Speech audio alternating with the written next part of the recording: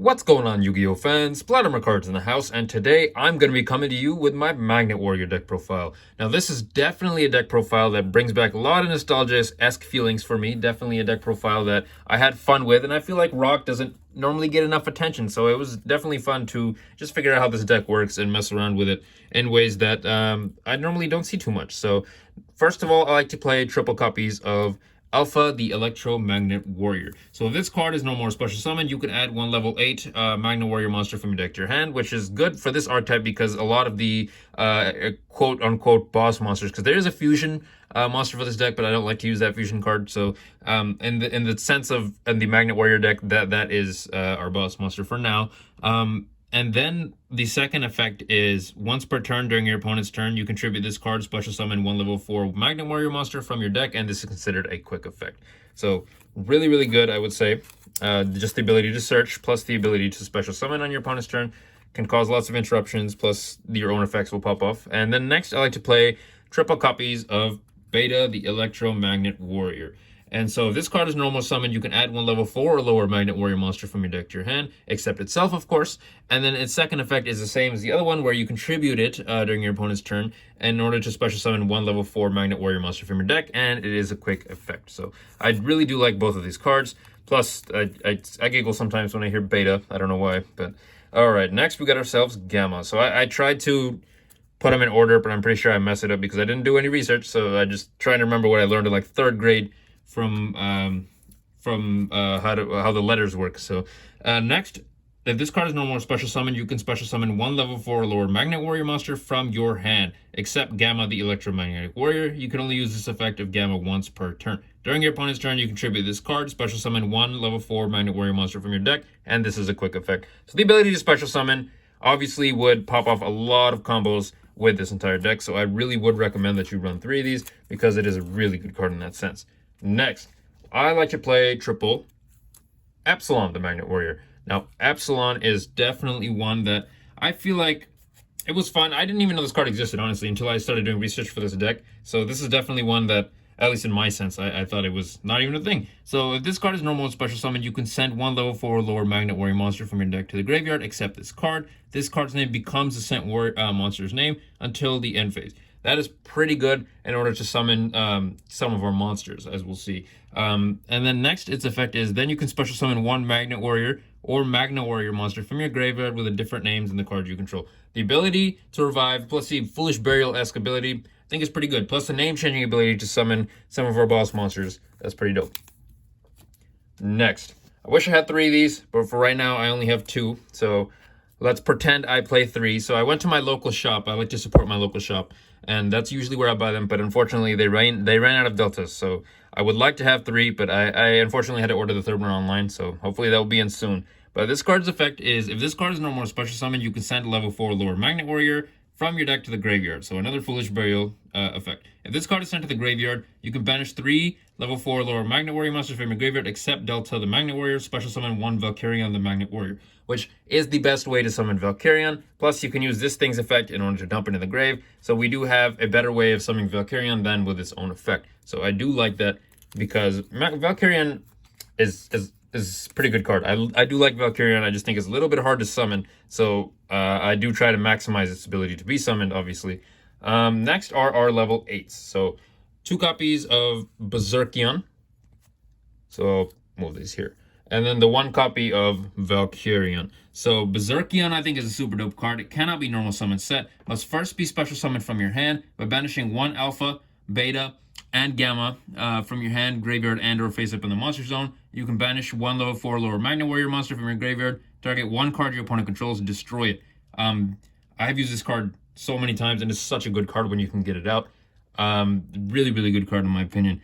It does have a secondary effect, as you can target if this card is destroyed by battle, or if this card in its own possession is destroyed by opponent's card effect, you can target each of your opponent's of your bench, Alpha, Beta, and Gamma, special summon them. So that's why the other cards were to go. Epsilon's ability to change its name is really, really good because you have cards like this, and plus Valkyrion also has a similar effect. Must be special summoned by attributing Alpha, Beta, and and Gamma. So those are 3 cards that you would need, but we don't have those 3. We don't have the main vanilla monsters in this deck. So the main way that we kind of rely on it is from Delta itself. So let me double check. Yep, special summon of Valkyrion. That is Valkyrion. So the reason I ran that at 1 is kind of for 2 reasons, really. One is if I draw into it, a lot of times I feel like it's a brick, so I can't really do anything in my hand. And secondary, I wanted to keep this at a 40 card deck, and I am running some other cards that I feel like definitely help out in terms of summoning from the extra deck, and some draw power, I would say. So next we got ourselves triple copies of Adamancipator Researcher. This card is dope. I really love this card. If you control a rock monster except this card, you can special summon this card from your hand. Easy special summon. Every monster we have in this deck, or at least in the main deck, is a rock monster. Super easy to do. During your main phase, you can excavate the top 5 cards of your deck, and if you do, you can special summon 1 level 4 or lower non-tuner rock monster. Really easy to do in this deck. I would say instead of draw power, I kind of went for the Adamancipator engine just because it has the ability to just search from your deck and special summon. So that's why I do like that. And then you can place the rest in the bottom of your deck in any order. Plus, it's a tuner, so you do have the ability to really take advantage of this. It's special summoning ability, plus it's secondary special summoning ability, and you can really get some nice synchro plays off with just that 1 card. Next, I like to play double copies of Adamancipator Analyzer. I just wanted another tuner just because I wanted to reliably be able to go into level 8s, because I do like my copy of Adamancipator Rise and Dragite in this deck. I think it's a super dope card. So I decided to throw this in there just so I can reliably get into level 8s on the regular. If your opponent controls a monster, you can special summon this card from your hand. So really easy to do, Cyber Dragon-esque effect if you're going second. During your main phase, you can excavate the top 5 cards of your deck. And if you do, special summon 1 excavated level 4 or lower non-tuner rock monster. You can also place the rest of the bottom of your deck in any order. So really good card just for essentially drawing, summoning, etc., etc. So I do like this card. Like I said before, it is a tuner. And then moving forward to the spell cards. Now this is the second card that unfortunately the local shop had ran out of. So I wish I had 3, but unfortunately I have 1. So we're going to be using blank sleeves in its place. 3 copies of the field spell, Magnetic Field. If you control a level 4 or lower Earth Rock monster, you can target 1 level 4 or lower Magnet Warrior monster in your graveyard, special summon it. That's so easy for us to do in this deck. The ability to just bring back from the grave is super dope. Next, you can only use this effect once per turn. Once per turn at the end of the damage step, when an Earth Rock monster you control battled an opponent's monster, but that opponent's monster was not destroyed by battle, you can return that opponent's monster to the hand.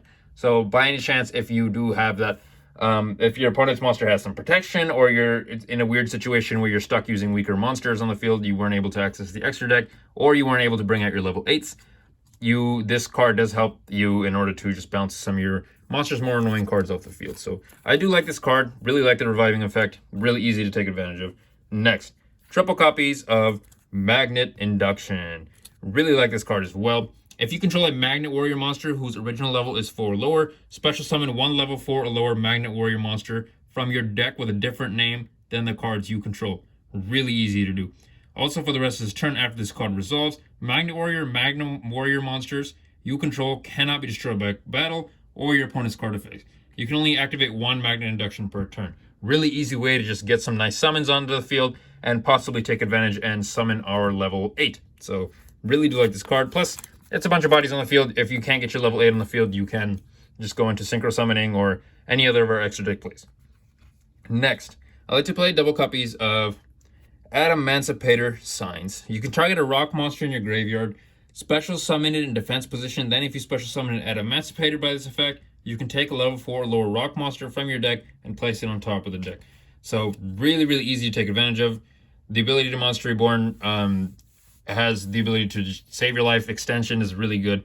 Plus, if it's an Adamancipator, you can take advantage of the second effect. So we do have the ability here to take advantage of some nice stuff here. This one here might be a little bit, I feel like it's possible that it might be a little too much. So the next card, if you want to switch it for like hand traps or whatever, I do have Ghost Spell sitting here just as an example. But if you could switch this for whatever your favorite hand trap is. But I kind of like this just for the mini draw power. 3 copies of Adamancipator Friends. Excavate the top cards of your deck equal to the number of rock monsters you control plus 5. And if you do, you can add to your hand 1 excavated rock monster with a level equal to or lower than the number of excavated cards. Also, Place the remaining cards on the bottom of the deck in any order for the rest of this turn after this card resolves. You cannot special summon monsters except rock monsters. Also, it locks you into rocks, so something to think about. But I do kind of like this card just for the ability to just search. But if you feel like, because when we get into the extra deck, you'll see I do have a couple other Adamancipator monsters. And so if you feel like we have enough of that, enough of like mini search ability, you could switch this out essentially for hand trap if you see fit. Also, if you just wanted to go for like one of the generic pots in order to go for a searcher, then that might be a little bit better for you. That's up to you guys. Moving forward though, I like to play triple copies of Fossil Fusion. Now this card is super dope. I've never used this card before outside of this deck, so I was really happy to just be able to experiment, you know? So fusion summon a Fossil Fusion monster from your extra deck by banishing fusion materials mentioned on it from any graveyard except for materials with a specific graveyard requirement listed. Interesting. If you banish monsters from both graveyards, neither player can target that special summon monster you control with effects. If it faces a Fossil Fusion monster you control is destroyed by battle or card effect, while this card is in your graveyard, you can add it to your hand. Has nice recyclability. I really like the fact that you can banish from your opponent's graveyard. That does screw over a lot of modern decks. And so I tried to focus a little bit more on the monsters that also use stuff from your opponent's grave, but I kind of just picked out 4 of them that I like, and so to use as an example for my extra deck. So you should be able to play around them, and just, you know, whatever ones you feel comfortable with, you can use. And then moving forward to the trap cards, I only have 3 trap cards, or 1 trap card, but 3 copies of it. Triple Rivalry. We use a lot of rock monsters in this deck. Rivalry has a potential to screw over a lot of other decks, so I do like the ability to throw in something like this. The ability to just shut your opponent down. I do like that a lot. And of course, if you don't want to go this route, this is another thing that can be switched around for more hand traps if you see fit. And moving forward to the extra deck. So starting with the fossil stuff. So Fossil Dragon Skullgios, hopefully I'm saying that correctly. Fossil Warrior Skull Knight, Fossil Machine Skull Convoy, and Fossil Machine Skull Buggy. Now, obviously, those, like I said earlier, those are just examples. You can take advantage of, there's so many other Fossil Fusion monsters that you can take advantage of, and I just decided to go with these because these are the ones that I happen to have available, and they honestly, they have been working pretty well for me, so it's not like it's a bad choice that I've went with so far. Moving forward to the Synchros, though. 2 copies of Notaria Beast. You do have the potential to bring this out, I believe, so it is an interesting card, that's for sure, because it will shut your opponent down out of a lot of different spell cards. So, and it's not once per turn. So we got ourselves a beta that's level 3. We got ourselves an alpha that's level 3. And then as soon as I can find that level 2 tuner, it was one of the Adamancipator cards right here. Adamancipator Researcher. So you do have that ability. It just takes an Earth tuner plus 1 non-tuner Earth monsters. You do have the ability to take advantage of that. And if you're going first, you manage to summon this out. In my experience, that usually leads to a win. So I do like this card. Next, I like to play 2 copies of Adamancipator Ryzen Raptite. I decided to skip the fire one just because. So if you want to throw in the fire one, that's up to you guys. But it just takes a tuner plus 1 non-tuner monsters. During your main phase, you can excavate the top 5 cards of your deck, and if you do, you can special summon 1 excavated rock monster in defense position.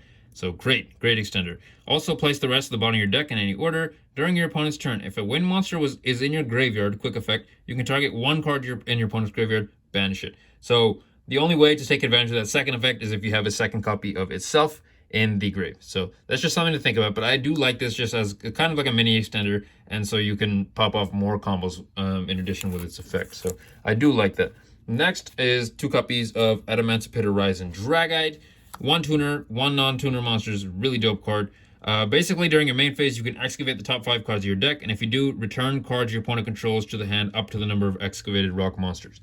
We are running nothing but rock monsters in the main deck, so if you excavate 5 of them, yeah, you have emptied your opponent's field. So I really do like this card. Secondary effect, you have to have a water monster in your grave. So while that effect is really good, the only way to like logically make it is to have another one of itself in the grave. So it's something to think of.